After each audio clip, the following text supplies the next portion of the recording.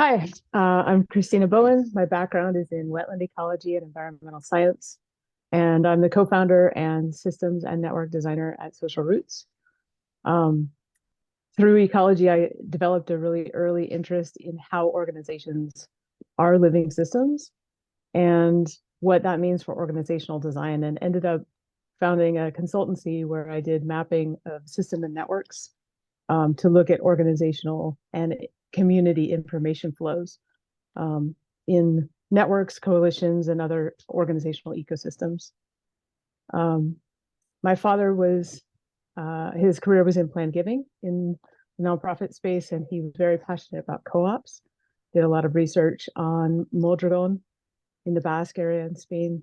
And I got interested in co-ops through his work, and one of my mapping colleagues introduced me to Anna, and I quickly realized that she was solving a problem of cross-group coordination that I'd encountered and had really run into often in working with networks. And the mapping and coordinating tools that they were using had tended to be created for individuals rather than networks or for single organizations, kind of enterprise tools or social networks. And here was somebody building tools that I saw a huge need for. So I joined the team. I was thrilled to find that team. And I found that there was an overlap not only in the problem space that we were seeing, but also in our perspective on the need for cooperatives and the power of cooperatives. And I'm really happy that we chose this route. I don't think we would have been able to get as far as we have, not as a cooperative, and very grateful for the interest that I'm seeing in the investor space and for John for convening this. Thanks. Cool. Thanks so much. Jenny, you want to do an introduction? Hello. Yes, thanks for inviting me. I'm an attorney, and very early in my, I think even before graduating from law school, I was really interested in co-ops. So I looked around for other lawyers that were doing co-op work, found a really awesome one named Tim Hewitt, and he trained me in what he was doing. He's now super involved in the Arizmendi co-ops, which are a great group of co-ops in the Bay Area. But so I've been working as a lawyer for social enterprises, including co-ops, since about 1996. And I also I'm a lawyer who specializes not just in entity structure, but also finance. So I've also helped a lot of co-ops raise funding from investors. And I've seen many, many different interesting strategies. One of my favorites is Equal Exchange, who's raised about $20 million from equity investors. But we've used all kinds of different structures. So I'm really excited to talk about that. And someone mentioned crowdfunding. It's also something that I'm really interested in as well. I'm really passionate about the democratization of finance and getting involved in the economic system, building empowerment for everyone. So co-ops is a great way to do that, and crowdfunding is too. And we can also talk about how those interact with each other. Thank you. Yes, we can. Lots and lots of possible pathways, and a few actually utilized well. So, Anna, if you would introduce yourself and then share your screen and step into the conversation, I think that would be a good way to start. Sure. Hi, everybody. Thanks for joining us today. I'm Anna. I'm co-founder and product strategist at Socialroots, along with Christina. We're on the same team. I've been doing product management and strategy for almost 15 years. I did work in energy and carbon and application monitoring, data center monitoring, a lot of IT stuff prior to joining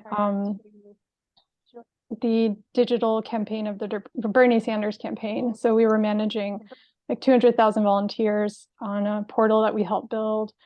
And we built some Get Out the Vote tools that reached millions of people on Facebook and increased the vote in the primaries by an estimated 60,000 people. And we saw through trying to coordinate all these different real-time chats in various groups that there wasn't really any technology out there that would help us really do that. So I went down this path of trying to understand that problem and did a lot of research about it. And then that enabled me to get an NSF Small Business Innovation Research Grant. And we were the first co-op to be awarded a grant from SBIR.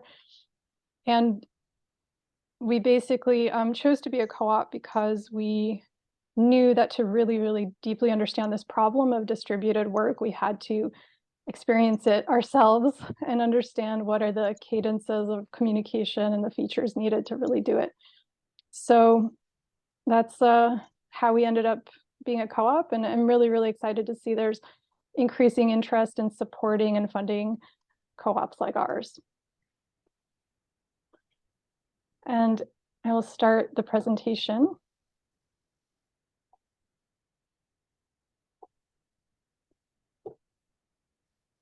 So if you want to have a cleaner view rather than a great big long list of people, you can go in the upper right corner and click on view and make it speaker view, and that'll make it more closer to the speaker. Go ahead, Anna. Are you guys seeing my screen now? Yep. Good. Great. So we had done the introductions. I guess I'll let John, or do you want me to run the questions? No, I'm fine with running the question. Okay. So long ago, I was on the board of a food co-op. I think for the most part, that's probably the greatest surface area for people who run into co-ops is either food co-ops or agricultural food production co-ops of one kind or another. And we were struggling with our budget and our processes. And most of the places we went, it was difficult to have people understand things. So let's just start with the basics. What is a co-op? How is it different? We talk in angel investing, we talk about C Corps, we talk about B Corps, and we talk about LLCs. And a co-op is not one of those. And so what is it? All right, I can talk about that.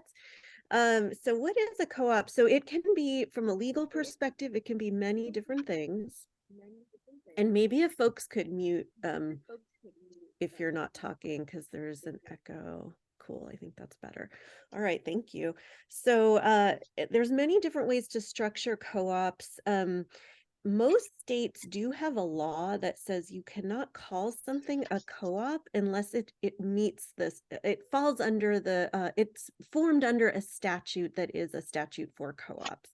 But there's many, many different kinds of co-ops. So for example, so co-ops are made up, the purpose of a co-op is to serve the interests of its users, and the users are called patrons.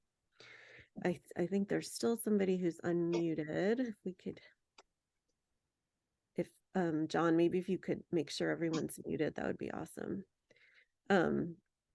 So the people that the co-op is formed to benefit are called patrons under the law and under kind of tradition.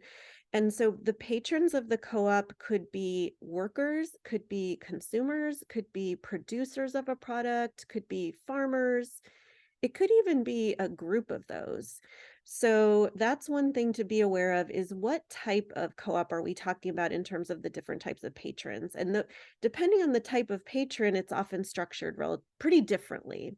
And I think today we're going to focus on worker co-ops. We can certainly answer questions about other types of co-ops, but for today, worker co-ops are somewhat unique. They're a little bit different from all the other co-ops because the people who are the patrons are also the people that are running the business. So we're going to focus on that today. And then another thing to know about co-ops is, first of all, sometimes you'll hear people say that a co-op is a nonprofit. And generally speaking, that's not really correct. It depends on your definition of the word nonprofit, but sometimes the statute will say The co-op is formed not for the purpose of creating profit in itself, but to create profit and, financial success for its members. So it's not a nonprofit in the same way a 501c3 charitable organization is, because co-ops can absolutely make a profit. They are supposed to make a profit. They can make profit distributions to both their members and to non-patron members or investors. So they're definitely for-profit businesses. Every now and then you will see a nonprofit that's organized like a co-op. That's very common in the world of childcare. But generally speaking, co-ops are for-profit businesses. And then the other quick thing I'll say as a technical matter is that there are two types of co-op statutes. So almost every state, or maybe even all states, have at least one co-op statute that authorizes the creation of a co-op. And sometimes it can have multiple statutes, but there's sort of two categories of these statutes. There's the old-fashioned style of co-op, which has been around forever.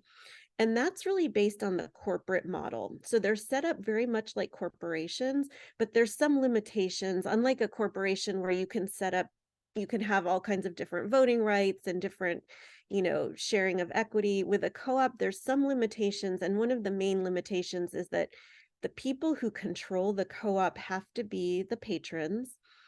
And it's generally speaking going to be one member, one vote. So unlike a typical corporation where if the more money you put in, potentially the more voting rights you have, with co-ops, the principle is one member, one vote. But they're based on the corporate structure. So they're very similar to corporations. A while ago, a few decades ago, some big co-ops they found some limitations with that model. Especially, they didn't like the first of all, that they had to be taxed kind of similar to C Corp, so that it's not the most beneficial taxation. And then also there's not that much flexibility. So for example, under a lot of statutes, the investors can't have any voting rights at all. So they came up with this newer kind of model called the Limited Cooperative Association, which is still a co-op, but more similar to a limited liability company and can be taxed like a limited liability company. Another thing, the last thing, I know I said that was the last thing, but one little last thing is that from a tax perspective, there is a special tax status that co-ops can elect if you meet the requirements of a co-op, which is one member, one vote, and most of the capital going to benefit the patron members.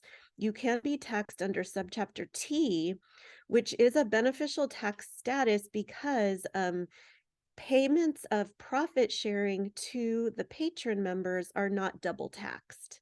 Unlike a dividend that would be paid to an investor out of a C Corp that is subject to the double tax, in a co-op taxed under subchapter T, those payments to the patron members that are paid in proportion to their patronage, which generally means like how many hours they worked, that's not subject to the double tax. Limited cooperative associations can elect to be taxed under subchapter T or under subchapter K, which is the partnership tax that most LLCs use. So hope that's a quick overview. And of course, I'm happy to answer questions as we get to that point. And then Christina and I are serving, so Jenny is the expert, and Christina and I are serving as a little bit of an example case study today for you guys, just to give you like a tangible example of what she's talking about. And basically, in our journey of whether or not to be a co-op, we started out as an LLC, and that worked fine because we had an LLC structure, but like a pretty cooperative agreements, like organizational bylaws of how we're going to operate, and making sure we have distributed sort of voting and democratic processes in our organization. And that worked for us for a while. And then when we were looking at becoming a legal co-op, we did it for a few reasons. I think for us, it was this fear that if we went the traditional VC route, we were going to just end up turning into another Facebook. And we could maybe succeed, but we would not necessarily achieve our goals. And it felt like we were much more likely to be put under different kind of pressures and forced to operate in a way that didn't necessarily adhere to our whole reason for existence, which was to solve the problem of decentralized coordination. It could very, very easily get turned into just another ad engine or just another, like, whatever it was that was like the most easy thing to turn us into. So basically, we said, okay, we felt like maybe the co-op structure would give us a little bit of protection to really be, you know, have that goal of what we're trying to solve be the primary focus. But that being said, like, we always had the intention of being a business that was for profit, that would benefit its members.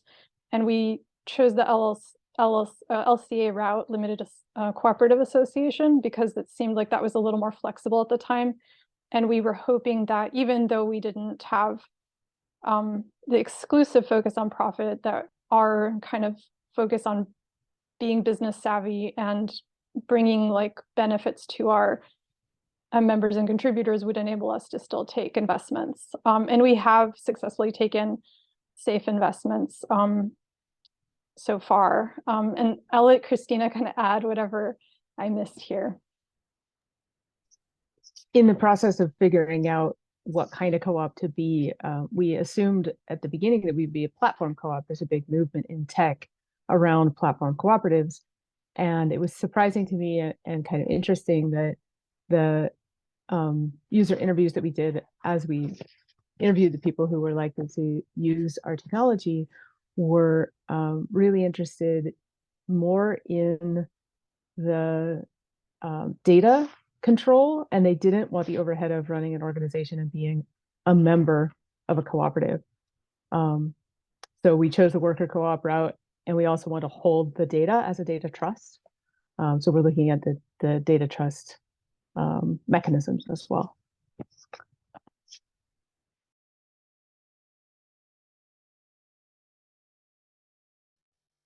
And let's sort of drive the question into the next step through your journey as a company that has taken an investment. You took a safe.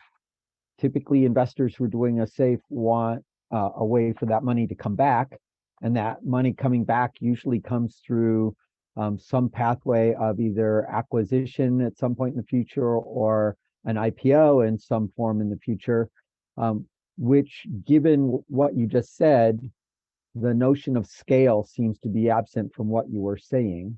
And so talk a little bit about how the structure of the safe met your goals and met the other goals as a foundation of why an investment happened to you, and then we'll generalize that into why invest in co-ops in general. I actually kind of want Jenny to start this off because I think there's a lot of complexity to that question, and I'd love to have some kind of parameters there. Yes, I love this topic. So so the question is, like, is a co-op, and again, it would be so awesome if we could have everyone mute while they're not talking. A co-op oftentimes is not going to be on that high growth path that a venture capital style investor is looking for.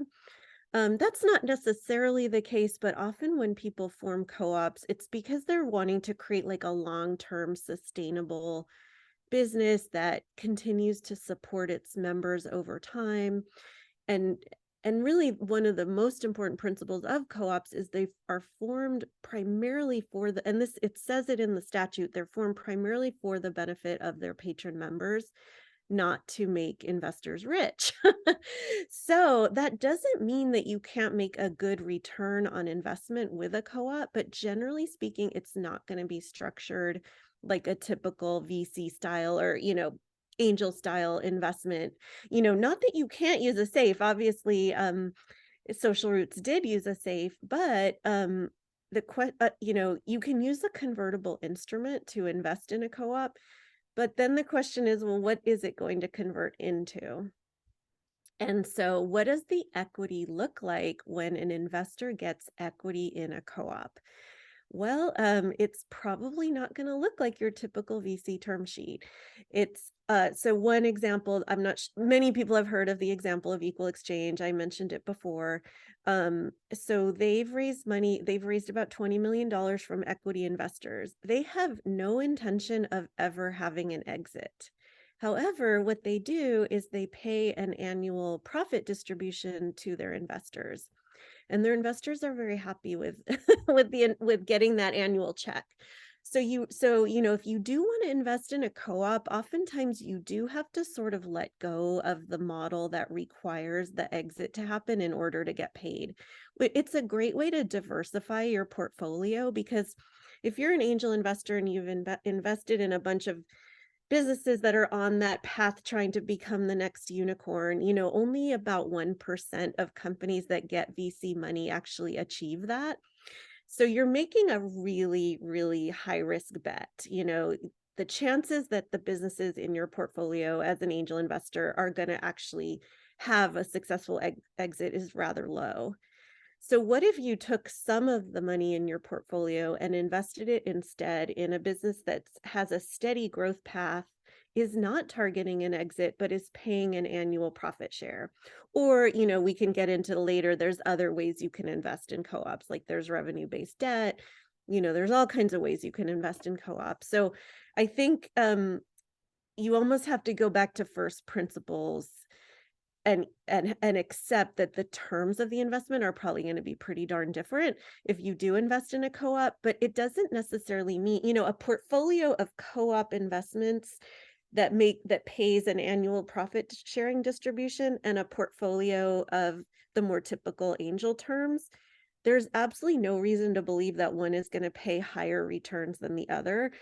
In my opinion, I'd rather bet on the slow, steady profit growth than the once in a 1 in a million big exit. But certainly, having a diversification of both is probably a great way to go. So I hope that's helpful. But yeah, I'd love to talk more about that topic.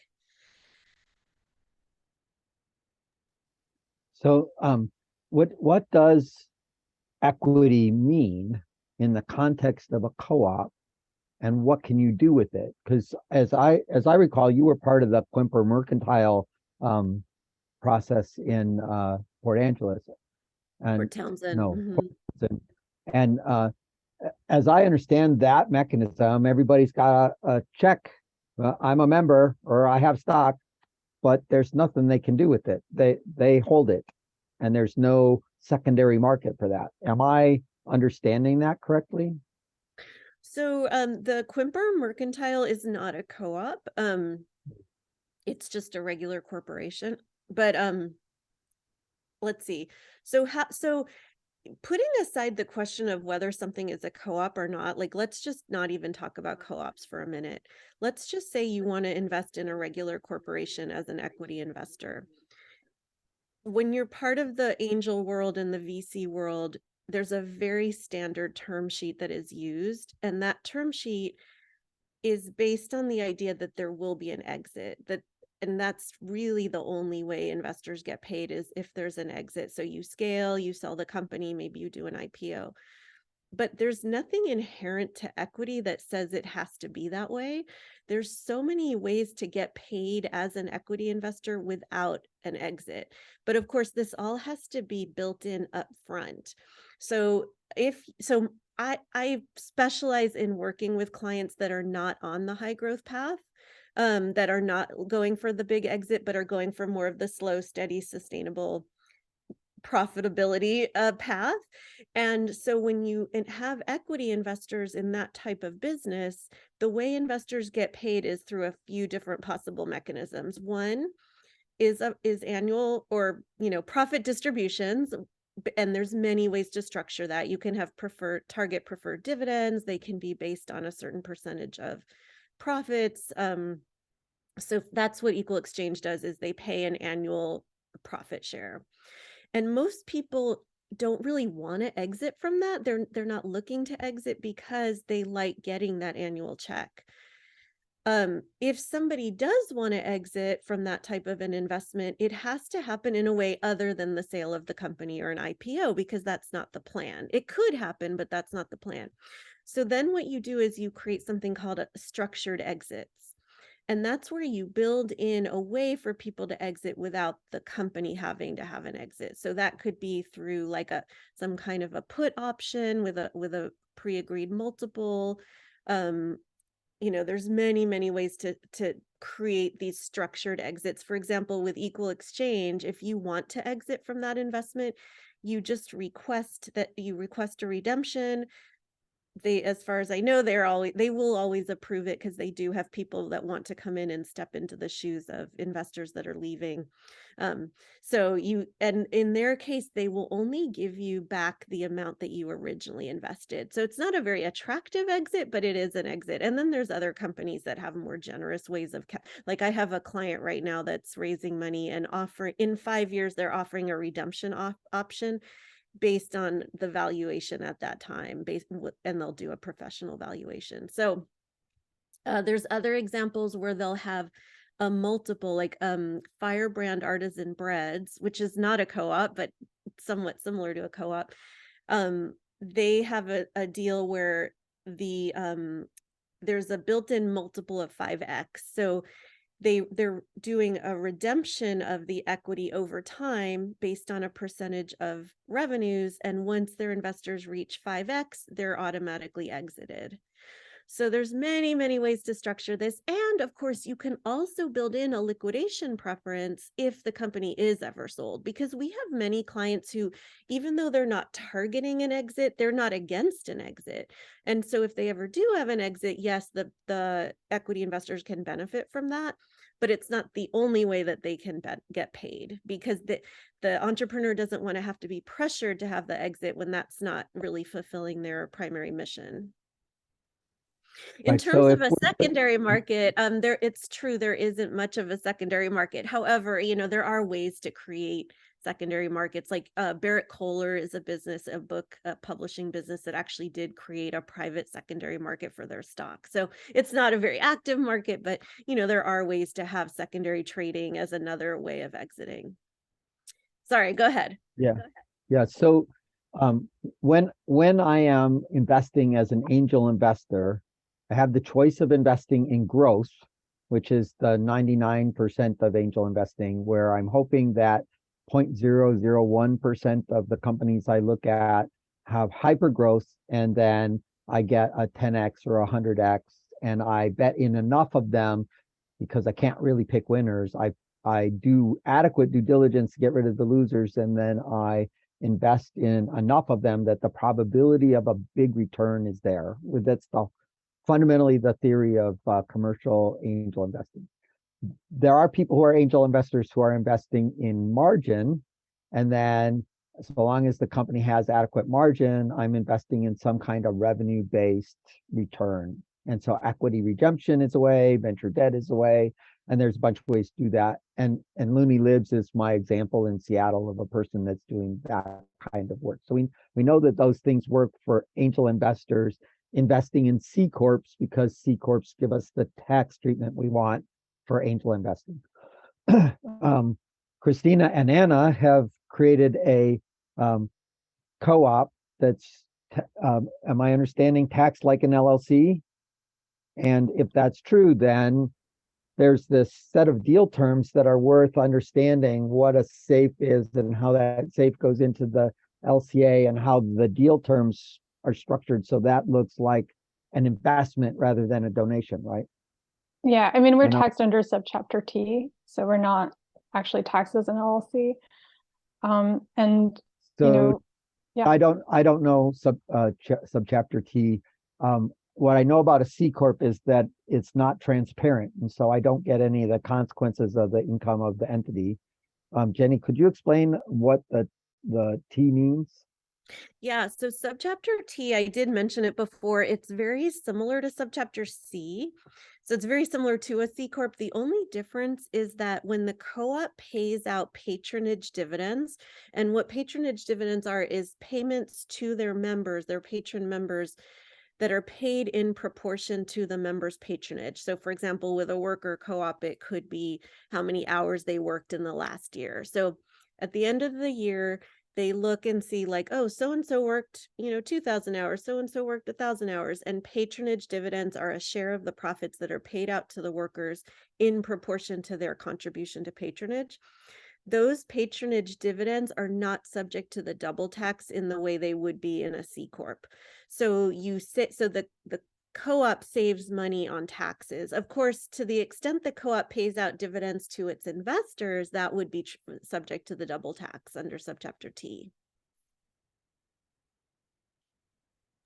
Yeah, and, So and I mean to kind of just we'll go to the next slide in just a second, but I want to just kind of round out this like why invest in co-ops. Like we found the people supportive of us were pretty happy with the returns that we could project. So even if it wasn't a unicorn kind of return, it was still meaningful enough. And a lot of especially retail investors, but even beyond that, angel investors were really, really happy with the kinds of returns that we could have if we were successful at the scale that we would be as a platform. And also what we found is they were really excited about the fact that even if kind of in terms of impact investing, like even if you're doing the most mundane thing, like you're a toothbrush factory, you can have more impact. This is Christina's point that she usually says. You can have more impact because of the democratic nature of the actual organization. So it's more responsive to the community. It's more humane to the workers. It has in itself like a culture of agency and tends to create better products and more meaningful relationships. So if you're investing into something in order to have an impact, investing into co-op is kind of doubling your ability to have positive impact in the world. Co-ops are less risky. Co-ops have been proven over and over again to fail less often. Partly it's because you get much deeper loyalty and buy-in from the workers. So when there's an economic downturn, people are willing to stay. They're willing to kind of take some of the hit, and because they stand to benefit from when things go well. It's much easier to attract loyal customers. It's much easier to build meaningful partnerships. There's just so many things about having this kind of structure that can really benefit everybody. And I don't know, Christina, do you want to chime in on this? No, that's the thing. I think co-ops, the Evergreen Co-op and network in Cleveland and the Motorgon Co-op network in Spain both sustained the financial crash in 2008 much better than many other regions because everybody kind of took the hit, and it meant you didn't see mass layoffs. You didn't see, everybody had like 10% less that year or something, and it was absorbed. Also, in my experience, people working in a cooperative way are building civic infrastructure. They're building civic capabilities that are important for the whole landscape we find ourselves in, with rebuilding democracy in a really strong way. So I think that's really impactful. So before we get off this topic, I want to at least bring up a conversation of the counterexamples so that people know that it's not all roses and rainbows. There is a co-op that used to be in Eugene called the Berkeley Co-op that did bicycle carriers. And they, as a worker co-op, had a communication problem where they couldn't get to a decision. And sometimes when you have a gnarly economy, getting to a decision is quite important to do quickly. And they got to the point where they were killing themselves over process.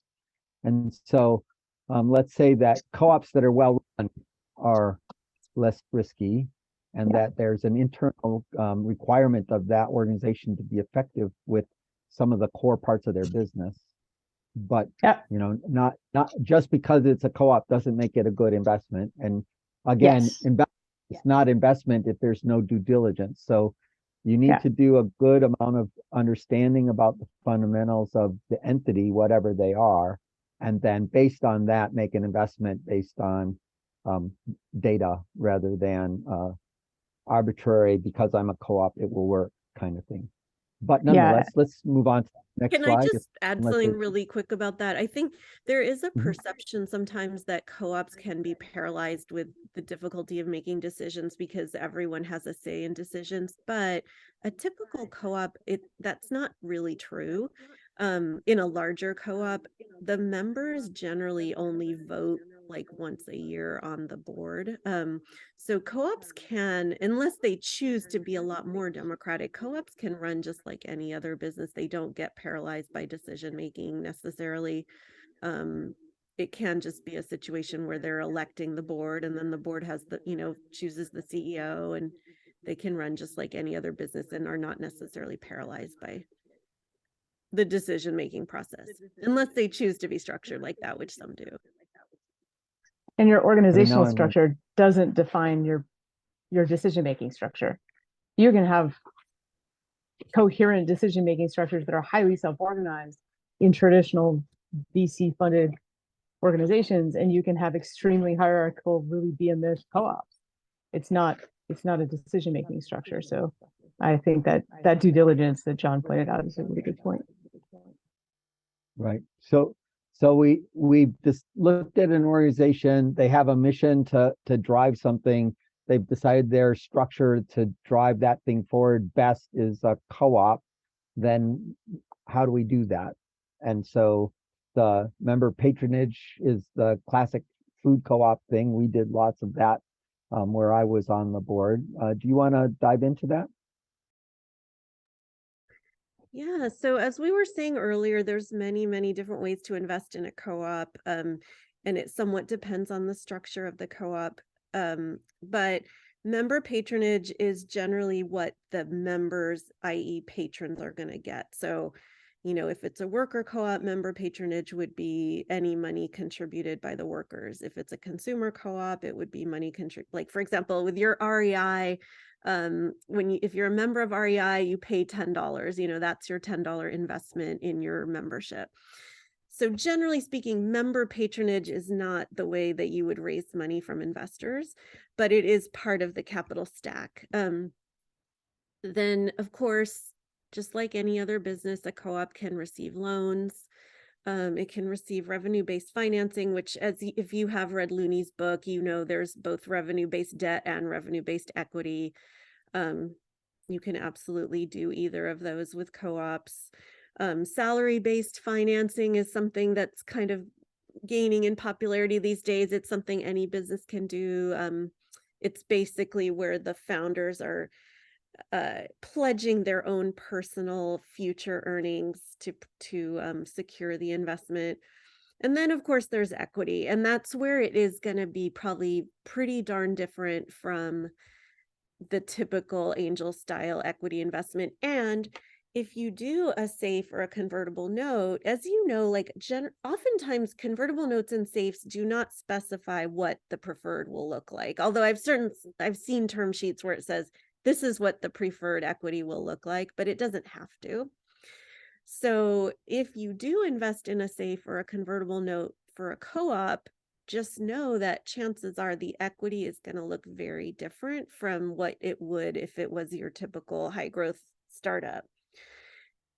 And it's a good conversation to have early on, instead of just investing in a safe and not thinking about what is this going to look like when it converts. It's a good idea to talk about what will the equity look like. Are you going to do something similar to equal exchange? Are you going to do, equal exchange is just a 5% annual dividend, and that's it. There's really the only other thing is you can request your money back out. Or is there going to be like maybe more generous terms where there's like a higher target dividend and maybe a put option that has a higher multiple, than just a 1x. So what the equity looks like, it can really be whatever the people involved want it to be. However, I guess there's one thing that is not as flexible, and that is voting rights. So the co-op statutes will specify, generally speaking, that the member patrons have to really be in control.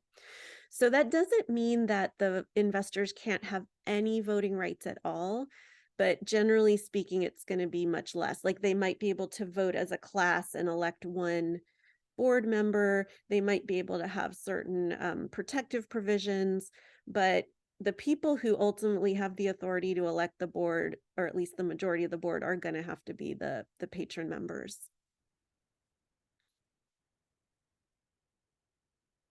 And I guess I can just speak to, oh, go ahead, John. Well, I wanted to add a couple of things in the ... but I'm very curious about the deal structure for you guys. So let's leave space for that now, and then I'll jump back into the ... after that. Yeah, I mean, so we definitely had a lot of, experiences trying to raise money through VC routes. Even like impact investing was a little bit of a challenge. There was definitely a lot of times we came to very close to sort of like later conversations, and then the voting structure was often the sticking point. People didn't feel comfortable, I think, with that. Sometimes it would get things like, well, our LPs are the ones setting the terms and you guys don't fit those terms exactly, so you're just sort of filtered out. So I think one of the things that I really hope changes is that there becomes some standardized kind of industry-wide terms that people can go to when there's these types of discussions for co-ops. So I'm really hoping that that kind of progresses. And then for us, it was pretty standard. So we had pretty like supportive and kind of progressive people. And there's just a standard discount. And then the goal was to have profit sharing that was kind of preferential to the investor, to the investor class. And then you get like a 3 to X return based on the profitability of the company over a certain amount of years. Right. I suspect that having, like, for Series A, we have the SeriesSeed.com example as sort of an effort to standardize Series A, and we find that at pre-seed and seed, we struggle with valuations, which is the number one thing that causes us heartburn. And so then we have all these convertible things which avoid the question of valuation. But I wonder if it doesn't make sense to create separate classes of stock, separate classes of equity, where certain kinds of equity goes in the traditional way. But then, like for crowdfunding, instead of putting the crowdfunding people into that same class, put them into a class where they're basically in an equity redemption model, where 4x, 5x return on your money out of percentage of revenue, then manages that. It's a non-voting, so it gets rid of one problem. It's bounded in its engagement, so it limits the amount of overhead that the founders have to spend communicating and engaging with the group. And I wonder if that then has an equivalent in the context of a co-op, where you bring people in who are putting their money in and then getting a revenue redemption out at the end. I would say that, and maybe this is an extreme position, but I would say that generally speaking, you have to completely reject the typical angel/VC model and term sheet 100% for co-ops, that there's no place for it in co-ops. It's just 100% contradictory. The co-ops are designed to serve the interests of their member patrons, not to grow really fast and have an exit so that investors can make huge amounts of money. So it's just inherently in conflict. So it really opens up a lot of once you say, if you're a person who's able to say to yourself, I'm willing to totally put aside that model that I'm used to and look at a completely different model, it opens up so many other possibilities, but you have to be willing to let go of that old model. So for example, when it comes to valuation, it's actually not that big a deal, because the way that when you're investing on the angel model or the VC model, the valuation is so important, because the only way you can make money is the delta between the valuation at the time you invest and the valuation at the time you exit. But if you're investing in a different way, where you're sharing in the profits and there's a structured exit, then maybe the valuation doesn't even matter. So you don't have to worry so much about the valuation. I mean, if you ask someone what is the valuation of equal exchange, like nobody probably even really knows. It doesn't matter, because you're going to get 5% on your money every year. It's totally not related to your valuation. So Are you getting 5% on your money, or are you getting 5% on their revenue? on your money. So it's like a 5% Oh, interest payment almost. well, So yeah, it's like to successfully, and this is, my opinion, obviously, maybe not everyone agrees, but in my opinion, to successfully invest in a co-op, you have to completely throw out that angel style model where it's all about focusing on the exit, and understanding that there's other ways to get paid, which in many ways could be more ultimately pay a higher return, because it's not based on that 1 in 1,000 hope of the big exit. It's based on the business becoming profitable and successful. And of course, co-ops do, there's many studies that show that on average, employee-owned businesses are more successful and profitable, and less subject to the ups and downs of the economic cycles. right. So I wanna be pedantic a little bit and label the word exit a little bit. And so when we have an exit in the normal angel lexicon, what we're ending up talking about is exit of the company, where the founders go out and we sell the company in an M&A merger kind of thing, or we do an IPO and we provide a mechanism by which the shares can be sold. But an exit can mean exit of the investors from the investment, as opposed to exit of the company. And an exit, as soon as you make that mental switch, then you open up a bunch of doors. So if I have sort of a guaranteed 1x return on my investment, I've just eliminated, from the angel investment point of view, 60% of my failures in my investment strategy.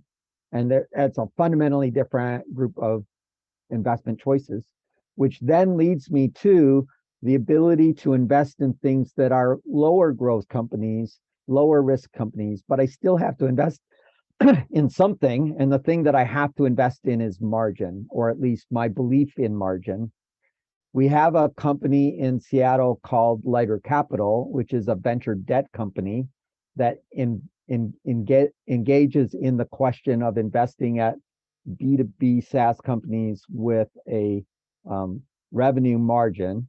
And that works very well. They're doing very well. It's a perfectly fine model, but they optimize for revenue, which is a problem for Anna and Christina, because they were getting money before they were making the amount of margin they wanted. So there's a risk component in this that most of the revenue-based loan people are not paying attention to, but which they would like to have that kind of belief in the journey risk opportunity to happen. And so this is where we start talking about concessionary investments versus market investments. Does anyone want to put that conversation on the table? Can I?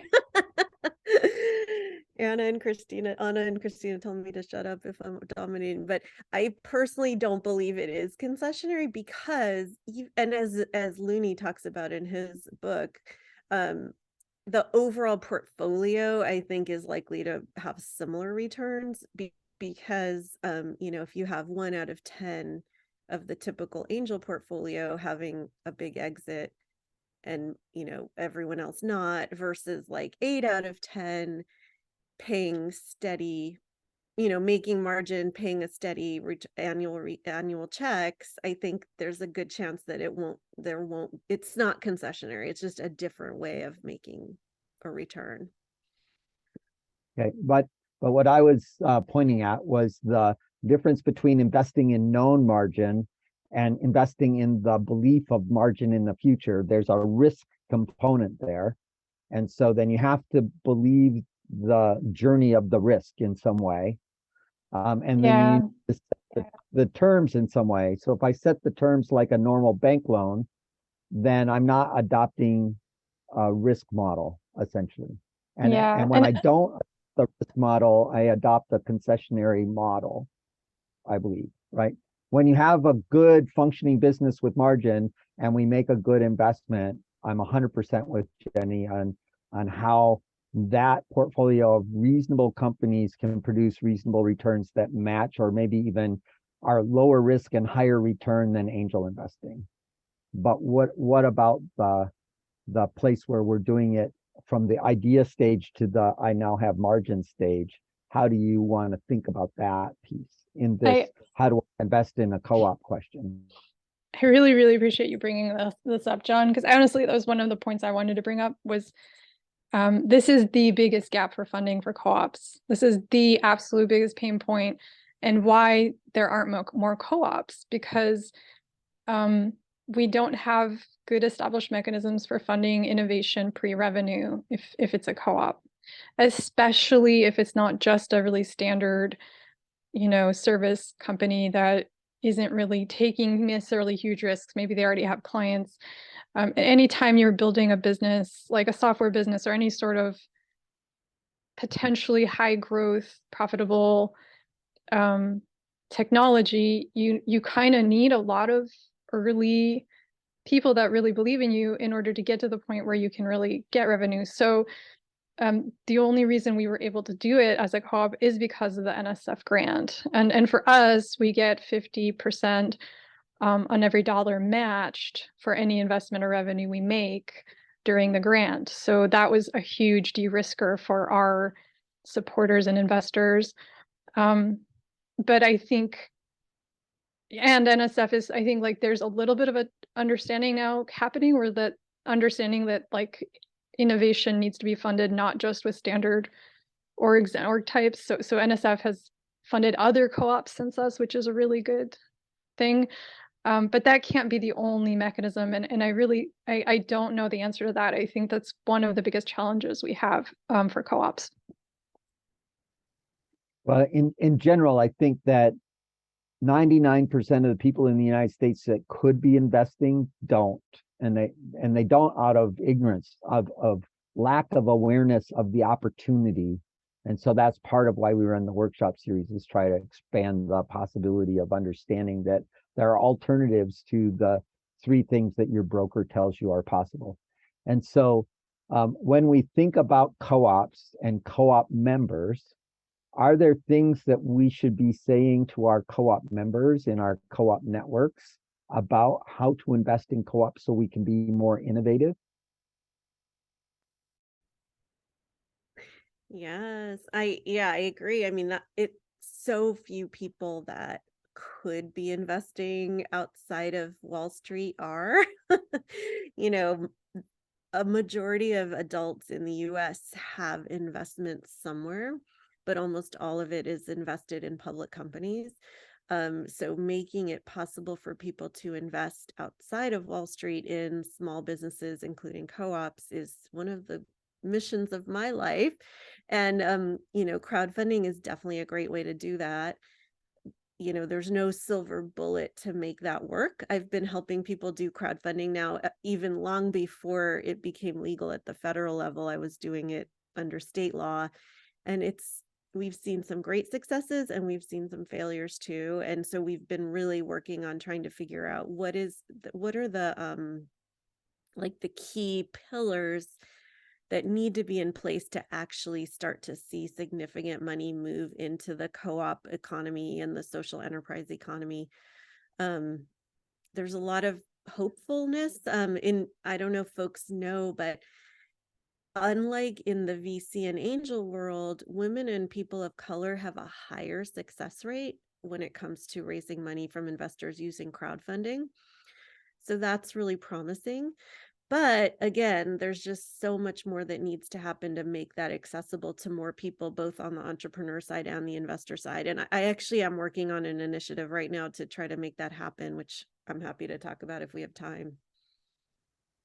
Yeah, so I want to bring up that when Bali was in Bellingham a while back, a long while back, they had a conference where they talked about funds that were being created by the local food co-ops in rural communities that were then investing in mechanisms to drive other businesses in their supply chain so that they could amplify their process. And that brings up for me that any entity, whether it's a nonprofit, a co-op, or a for-profit company that has an asset base of more than $5 million is federally accredited, and so can make straight angel investments if they knew that they could. And so a lot of people are simply unaware, a lot of organizations are simply unaware that they could be using money this way, whether it's going into a co-op. Yeah, thank you. Yeah, commonfuture.co is the new name for Bali. And so that process of explaining to a broader range of people investing in the local economy in one way or another is probably something that would be helpful if we are all a little bit louder about it. So anything about the how to invest in co-ops we want to talk about before we go on to final words? I just want to say that this growing awareness of the importance of a local economy, really the co-ops, anybody interested in growing awareness of co-ops and growing interest in investing in co-ops and supporting cooperatives, there's a little bit, in my experience, preaching to the choir where all the co-op people kind of know each other.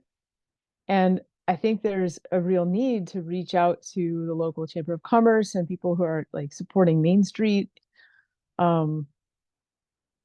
because there's just such a natural match. Most co-ops, everybody should know where their food co-op is, if they have an electric co-op, if they have, the various place-based, there should be like 3 co-ops everybody's a member of in any given bioregion, in my opinion.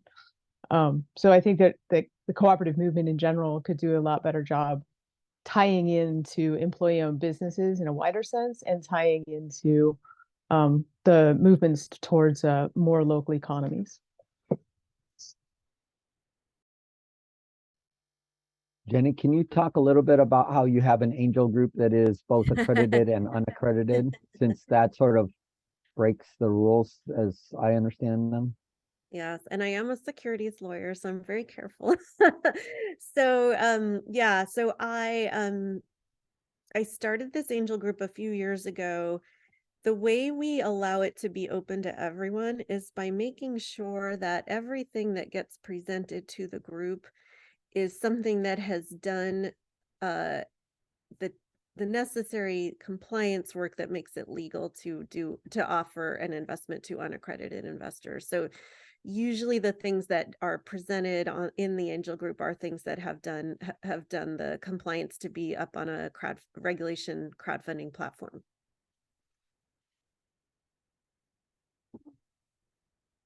We also have training, a lot of training. We don't do deals on every call. Like some of our calls are just training about like how to do due diligence, or,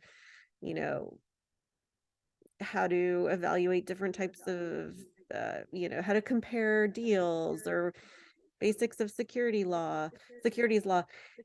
We don't do so much of we do some 506c offerings because but not that many, because we do want, if 506c is only open to accredited investors, and we try to make sure that everything we present on those calls is on those meetings is open to everybody. But occasionally we will talk about some 506c offerings.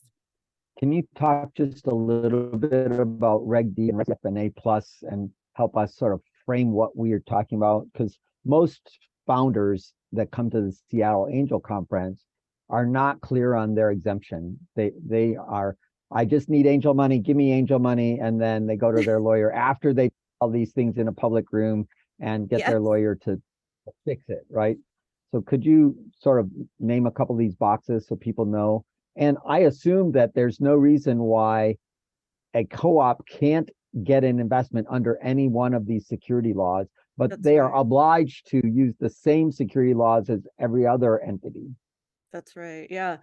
Yeah, so I definitely preach to every entrepreneur I know that before you start talking to any investors, you should know what exemption you're under, choose the best exemption for you, and be sure to comply with it. So these are different securities law exemptions, and there's many options. There's something called Rule 504, which is under Reg D that allows you to raise up to 10 million, and you can include both accredited and unaccredited investors, but you do have to do state level compliance.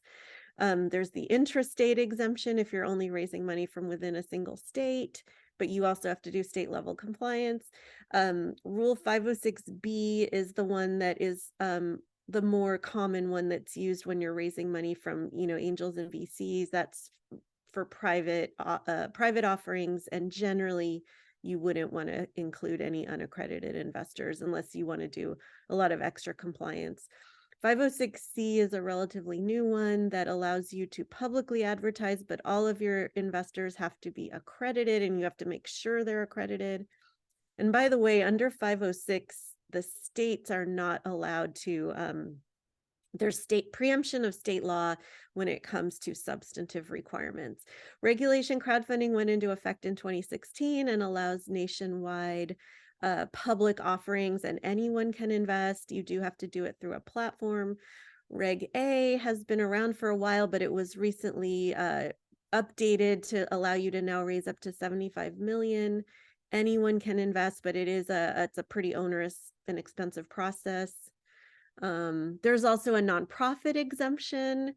If you're a nonprofit, there is a federal exemption, but there's state level compliance. There's also an exemption for agricultural co-ops. So many, many different options. I had one client recently in Wyoming who started with a 506C and then switched over to an intrastate and then registered under the Wyoming state crowdfunding law, raised money that way. And then switch back to a 506C. So there's many, many different choices that are available. 701 is more for when you're bringing it, you're giving equity or options to employees or advisors. Or contractors. Yeah. And yeah, so definitely take the time. And I do have a book that goes over, it's a little old now, but it's generally still correct. Like it goes over all of these different choices. So make sure you know what exemption you're under and just be sure to comply with it. Well, let's move on into final words. What is it that you would like people to know at the end of this? We'll let Anna Man, lead. it's a good question. Yeah. I guess the thing I hope people know more than anything is I think even though being a co-op has created a lot of challenges for us, raising money has been much, much more challenging. It's also, I think, the only reason we still exist. I don't think there's any other way that our team could have weathered kind of the ups and downs in the economy, the just grueling hard work of startup world, the kind of people who tended to not fit into a collaborative culture didn't stick around. So the people who we work with are just so much nicer and so much more collaborative and better because of the structure, because there isn't power hoarding. We make decisions much more effectively because more voices can be heard and we're really efficient at it. So I think all the things that we had to do because we're a co-op enabled us to get this far. So even though there's a lot of challenges to it and it's not a journey you should take on lightly, I think for us, I think it was worth it. And I think it's the only way that if we succeed, we will also meet our goals of why we're doing what we're doing. So perhaps even the high risk of failure early on was worth it, because I would rather fail at what I'm trying to do than succeed at something I didn't mean to do. And I'll let Christina add to that. I think that I'd really love people to take away from this that co-ops aren't this like 150-year-old ossified idea, that they have a long history, largely ignored history in America of the role of cooperatives in the Black economies and Black communities, but that they're really being re-explored right now in tech as platform cooperativism, in exit to community, in equity crowd funds, in all sorts of different areas. Even if it's not strictly a legal cooperative, there's just all sorts of exploration of how do we do for-profit ventures in a less extractive way. And I think that anybody looking to have impact should definitely look at co-ops. Even if you don't end up investing, you should actually be literate about it as one of the possibilities for a portfolio. Any last words, Jenny? Well, I just so want to thank Anna and Christina for the amazing work you're doing and for your commitment to staying true to your values. I think someday we will get to a point where this will be a mainstream type of investment. There's been I didn't get a chance to mention this, but there's been a huge growth in interest in investing in worker ownership. There's whole organizations that are focused on doing that. I'm a part of American Sustainable Business Council, which has an investor group called Investor Circle, and Investor Circle like has a whole working group that's really interested in this. So I think we've made a ton of progress, but there's so much more to do. And I would just really advocate for angel investors to think outside the box, think about diversification. I think all investments are risky, and it's why not take a different kind of risk with this type of investment.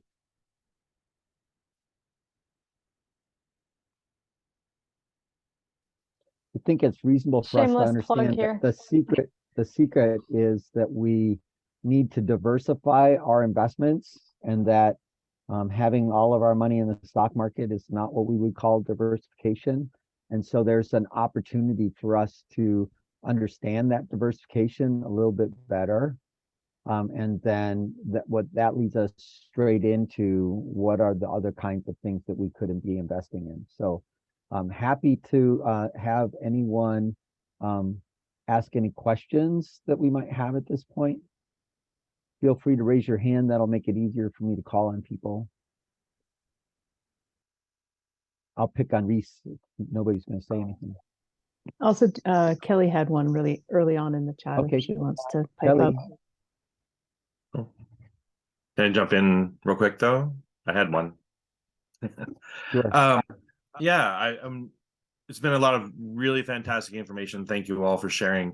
One of the areas that I work in is in regards to housing cooperatives.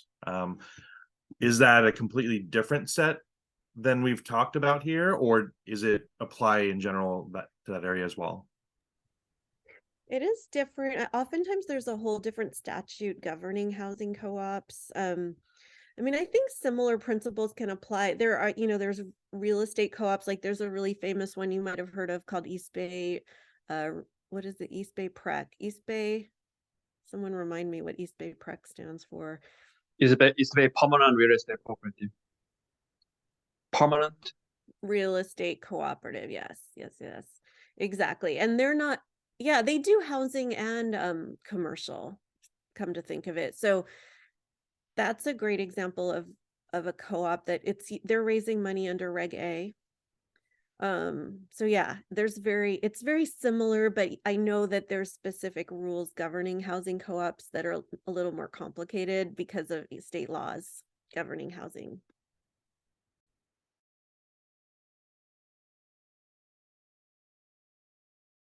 Kelly? Sorry about that. I had asked, I'm a C Corp. I also do have, I didn't go with Benefit Corp because I also have a nonprofit that's kind of separate from this, but kind of works together. I wanted to know if the C Corp can be converted to the co-op model, or if I have to restart. No, you totally can convert.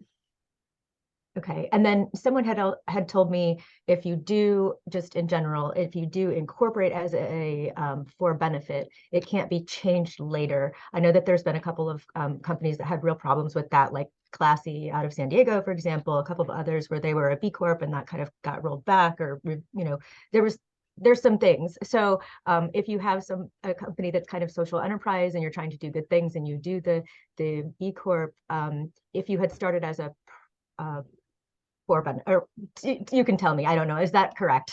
Is what I'm asking. Okay, I'm not totally sure what you're asking, because there's benefit corp, which is Yes. If they're being pretty strict these days. If you want to be a certified B Corp, you have to, and you are a corporation, you have to be formed under a benefit corp statute. But it's really not difficult to change that. So it's kind of sad to me a little bit that you can form as a benefit corp, but if you do have an exit, guess what's probably going to happen? They're going to immediately reincorporate as a non-benefit corp. So one thing I've been working on lately, and many of you have probably heard about this, is the perpetual purpose trust.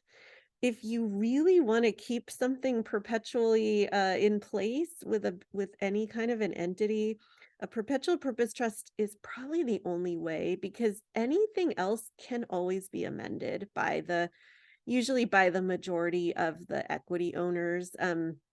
Like even a co-op, there's sad examples of co-ops that quote unquote demutualized, where they voted not to be a co-op anymore. And so yeah, if you really, really want to be careful about preserving things over many, generations, a PPT is probably the only way. That's super helpful. Thank you. And if you want to get a real history of this, take a look at some of the 18th century communities that went wandering out west, and some of them remained cooperative and some of them remained, nonprofit, and some of them turned into C Corps. And you can look at what the children of the children have done with that, and they're dramatically different experiences. Reese, how about you? Your hand's up. Yeah, another question is, how is liability handled in the cooperative structure? Specifically, you mentioned like childcare cooperatives, and so like that type of situation. Yeah, they have the same liability protection as any type of limited liability entity. So just like a corporation or an LLC, the equity owners and members would have limited liability protection.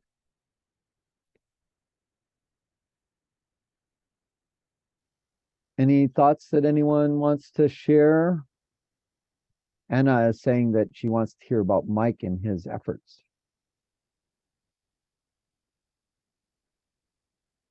Yeah, again, I'm working for a fund that only invests into co-ops of any kind, like housing co-op, worker co-op.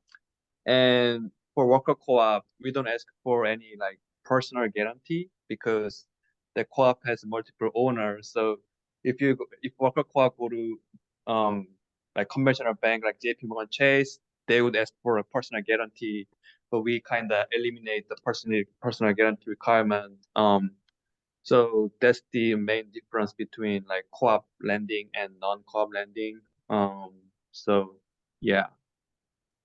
What are the terms that you're typically, what's the check size? What's the term structure? So, I have a housing co-op in Bellingham, or I have a community worker co-op in Portland. Yes. What kind of problem that I have as an entity matches your willingness to invest? Yeah, we can go all the way down to like 50K or even 10K, and all the way go up to 2 million. And the like term it can be like 6 months to 10 years. The interest rate is like 5% to 8%, but it is not dependent on risk profile. It's more dependent on like other factors. And also we make some equity investment, like Jenny described. Like we have some predefined term, like target dividend. But we use that equity product only when we think that like the borrower is not loan ready. Like if we make a loan to them, maybe they will struggle. So we kind of use that product to maximize our impact for the community. But we do some like equity investment too. Do you also do revenue-based loans or revenue redemption Yeah, mechanisms? sometimes we do that too. Yeah, and many other, like there are some other like co-op specific lenders out there, like 3, 4, 5 of them, and few of them like they're really doing like revenue-based financing. Yeah. Yeah, excellent. I know that Roland over at Business Impact Northwest does loans up to 300K, but expects small businesses of a specific kind with a specific, more bank-like portfolio. And as far as I know, they're not doing revenue loans. This is Roland's chance to step in. No, oh, there we go. I'm here. I'm not sure I understand the question. Do you do revenue-based investments through Business Impact Northwest? We have not done those yet. We're still talking about doing that. But to my So then the opportunity to talk to Mike about his history about that might be a useful part of the conversation.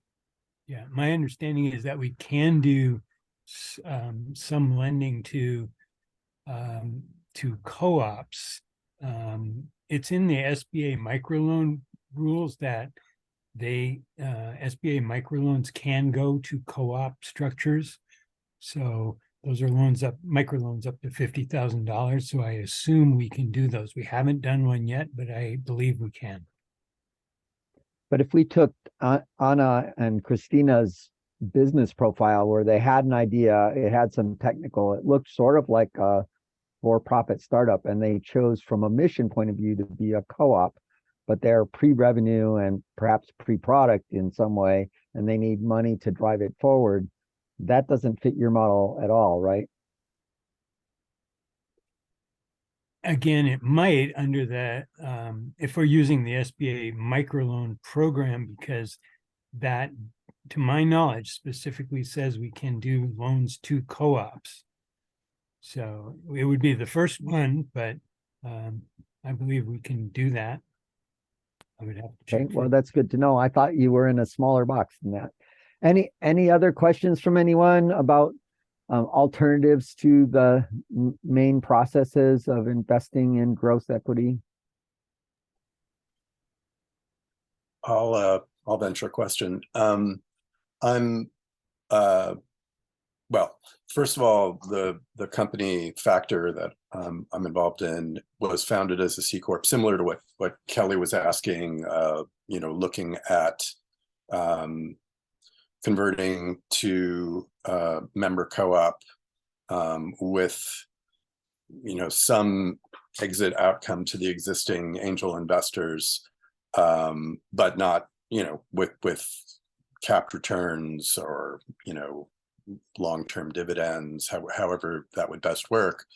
And one of the things that we're also contemplating, and I'm curious about whether it's come up for any of you, is the idea of joining with aligned other businesses that are currently competitive in the space.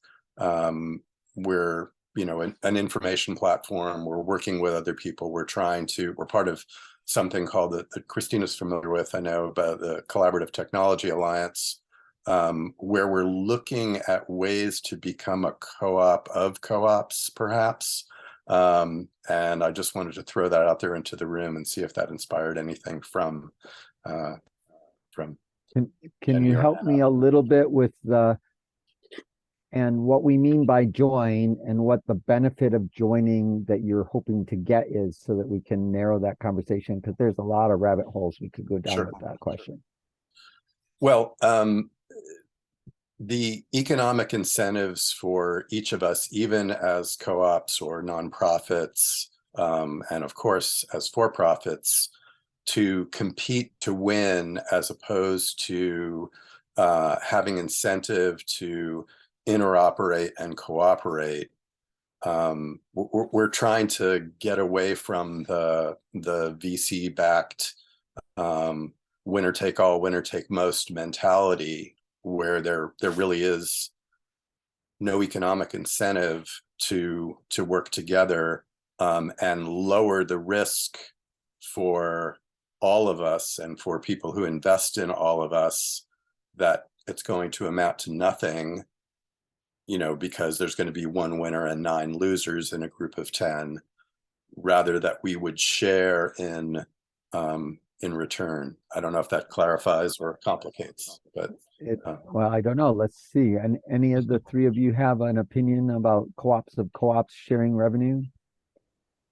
Yeah, I think it's a really good thing to think about, because what I've noted, I work mostly with individual businesses and less with funds. And when you're raising money for an individual business, it can be harder to find investors, because so many investors, unlike angels, so many investors are more comfortable investing in a fund as opposed to an individual business, because it's just so much easier. They feel like someone else is taking care of the due diligence, someone else is taking care of the diversification. And so to the extent that you can join together with others, it can be easier to raise money. It's not, you know, the typical model of a fund, but to the extent you can convince the investors that, hey, by joining together, we're reducing your risk, you know, we're taking care of, you know, each other. I mean, like, look at Mondragon. It's like Mondragon is all about, like, we don't accept failure. You know, when we get together, we do what it takes to make sure that we all succeed. And if we don't succeed, we find a way to redeploy the resources into something else. You know, it's a no failure model. And so if you can get a group of co-ops together to do something like that, I think that would be a very attractive investment. thanks so much. Can I say something? Actually, we are like co-op of co-op. So our fund is capitalized by other co-ops. So our inception was in 1970, like there are few food co-ops in Minnesota. They started somehow, but they struggled so much to get some financing from bank. So once they get stabilized, they pulled some money together and make a fund so that they can help other like future forthcoming co-ops. So even today, like we are capitalized by our member co-op. So those co-op join our membership and they still pulling some money. And even though I'm a staff, I don't have any authority to make decision like whether to invest into the borrower. Like we just sourcing the deals and pitching that like deal to the loan committee, which is composed of the co-ops. The borrower become the underwriting committee. So we just pitching the deal and they make the decision. So if you are co-op and you need some money, you join our membership and then like ask for money, then we kind of have to pitch your deal to the committee and the committee will decide, oh, we want to help your co-op. So like it's kind of co-op of co-op. So yeah. So that's how it works. Yeah. So Roland posted something, but I think it came to me directly. Roland, you want to either repost that to the group in the chat as a whole, or you want to say something about it? Oh, I was just telling you that we, as a PPP lender during the COVID thing, we actually did do a PPP loan to a worker co-op here in Seattle. So we have gone out on a limb there that way. It was our first and only one, but yeah, we've done it. Cool. Any chance anybody knows where to get a list of all the Northwest co-ops?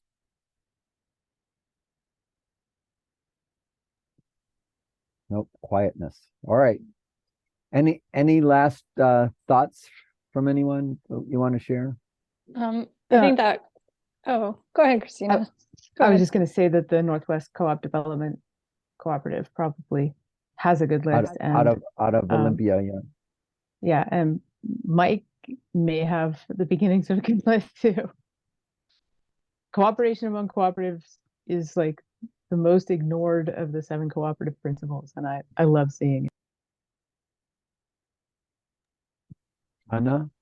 I was going to add, yeah, there's especially in our business of coalition building and networked organizations and kind of self-organization of a distributed network, we run in a lot into people wanting for, you know, let's say I'm a foundation and I distribute a bunch of grants to all my grantees. You know, the immediate first thing they want is for those grantees to then work together right? There's this kind of deep understanding that, you get these emergent benefits by networking and by supporting each other.